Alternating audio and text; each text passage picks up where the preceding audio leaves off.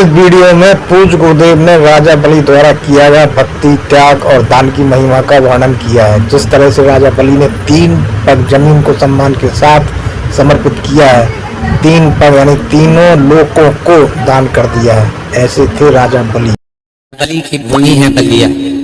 बलिया की ही भूमि पर बाबा बलेश्वर महादेव का दिव्य स्थान। आप लोगों ने राजा बलि की कथा का तो स्मरण किया हो। राजा बलि की भी भूमि है और महर्षि भृगु की जन्मस्थली भी है बलि। भृगु बाबा की मूल जन्मस्थली है बलिया।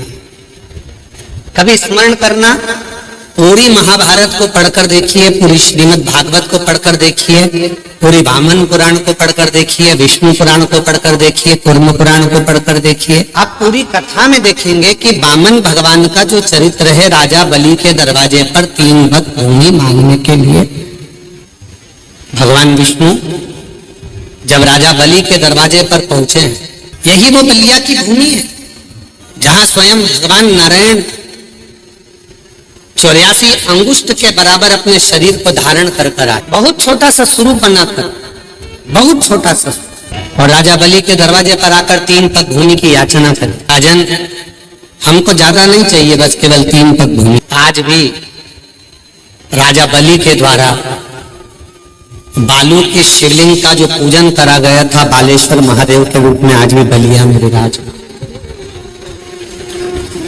आज भी विराज। 3 पग भूमि की याचना करी और 3 पग भूमि की याचना कर कर आवाज लगाई, राजन भिक्षाम दे, राजन भिक्षाम दे, राजन भिक्षाम दे। बाहर की बढ़ रही, अंदर की नहीं बढ़ रही। राजन भिक्षाम दे।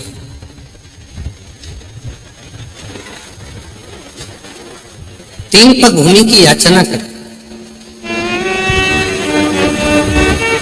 राजा बलि ने आकर देखा कि दरवाजे पर जो खड़ा हुआ है वो तो केवल ब्राह्मण का बच्चा है, छोटा सा बालक है।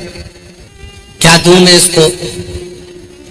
थोड़ा बहुत मांगेगा, चले जाएगा, थोड़ा बहुत दिया जाएगा, उसमें संतुष्टि हो जाएगी और चले जाएगा। बारंबार आवाज लगाई गई, राजन भिक्षाम दे, राजन भिक्षाम।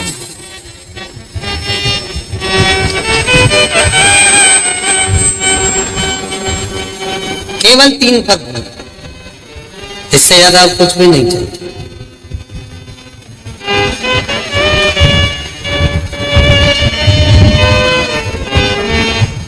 बलिया के बालेश्वर महादेव के कितनी महत्वता है, कभी आप लिंग पुराण को पढ़िएगा, कभी आप स्कंद पुराण को पढ़िएगा, तो उसमें आपको ये सब कुछ प्राप्त होगा। और उसी में से एक प्रसंग है बलिया का। राजा बलि के दरवाजे पर 3 पग भूमि मांगने के लिए भगवान खड़े। केवल 3 पग भूमि चाहिए, ज्यादा नहीं। तो कहा, स्वयं राजा बलि वामन भगवान से कहते हैं कि 3 पग भूमि में ना तो तुम सही से सो सकते हो, 3 पग भूमि में ना तो तुम सही से बैठ सकते हो, 3 पग भूमि में ना तुम गाय बांध सकते हो, 3 पग भूमि में ना बैठकर भोजन कर सकते हो, 3 पग भूमि में ना आराम से तुम सो पाओगे। तो 3 पग भूमि का तुम करोगे क्या? इतने में तुरंत वामन भगवान ने कहा, राजन तेरा काम है देने का और मेरा काम है लेने का। तेरा काम देने का है और मेरा काम लेने का। मुझे बहुता में नहीं चाहिए, मुझे नहीं चाहिए, मुझे बहुता में नहीं चाहिए, मुझे नहीं चाहिए, मुझे बहुता नहीं चाहिए।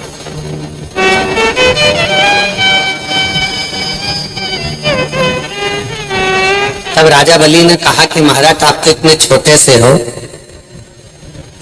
आपके कदम भी छोटे छोटे होंगे तो इतना आप ले ही नहीं पाऊंगा।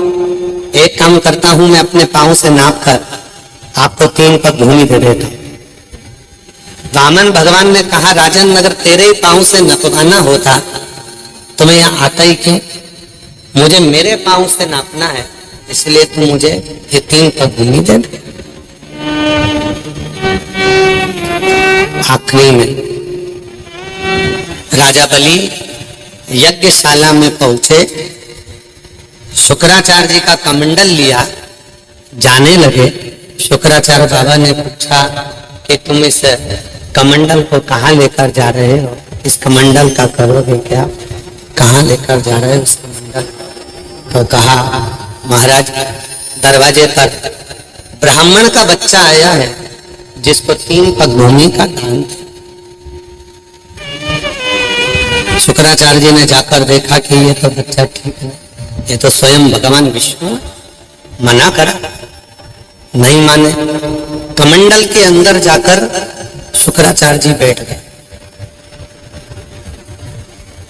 कमंडल के अंदर जाकर शुक्राचार्य जी बैठ गए, तीली उठाई, कमंडल की टोटी में दी, और कमंडल की टोटी में देते से शुक्राचार्य जी की चले, इनकी एक नेत्र शुक्राचार्य जी का चले,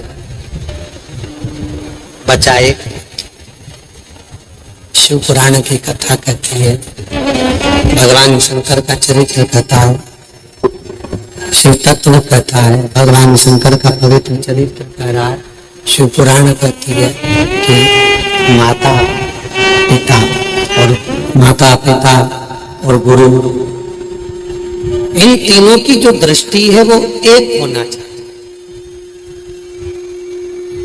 जिसमें कोई भेद ना।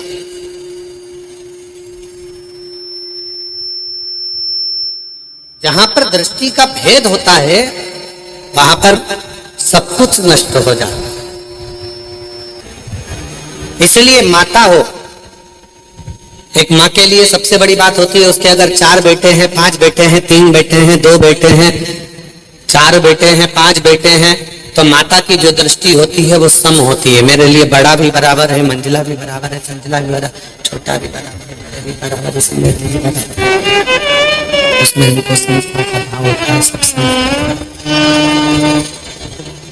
शंभो शंभो शंभो शंभो, उसमें उनको समता का भाव रहता है। पिता की जो दृष्टि होती है उसमें भी समता का भाव होता है। एक गुरु की जो दृष्टि होती है उसमें भी समता का भाव।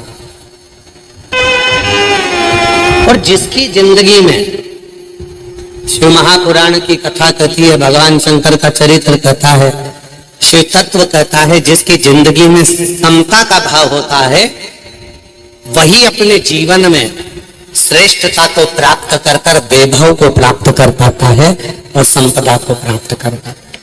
जिसके अंदर समता का, गरीब अमीर दोनों में समता हो, बड़ा छोटा सब में समता हो, सब में समता का। और बहुत अच्छा लगा महाराज,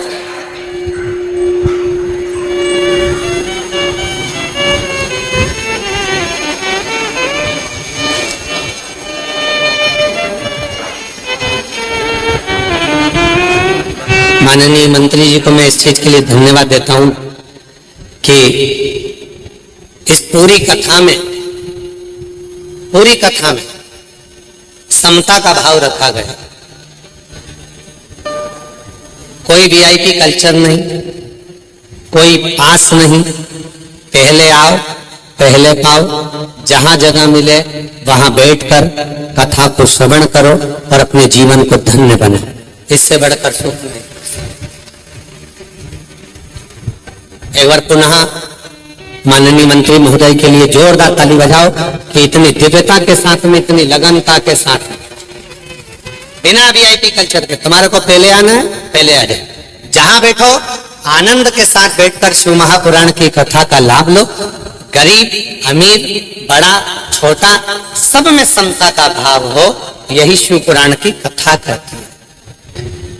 समता का भाव रखिए, और जब समता का भाव होता है, शिव पुराण की कथा में वर्णन आता है राजा बलि का, जो चरित्र आप लोग श्रवण कर रहे हैं। गुरु की दृष्टि एक, माता की दृष्टि एक, पिता की दृष्टि एक, और जिसको अपनी जिंदगी में बहुत उन्नति की सीढ़ी पर चढ़ना है उसको अपनी दृष्टि को एक रखना होता है, समता की दृष्टि, समदृष्टि। और मैंने तेरे ही भरोसे बाबा, तेरे ही भरोसे हवा में उड़ती जाऊंगी बाबा,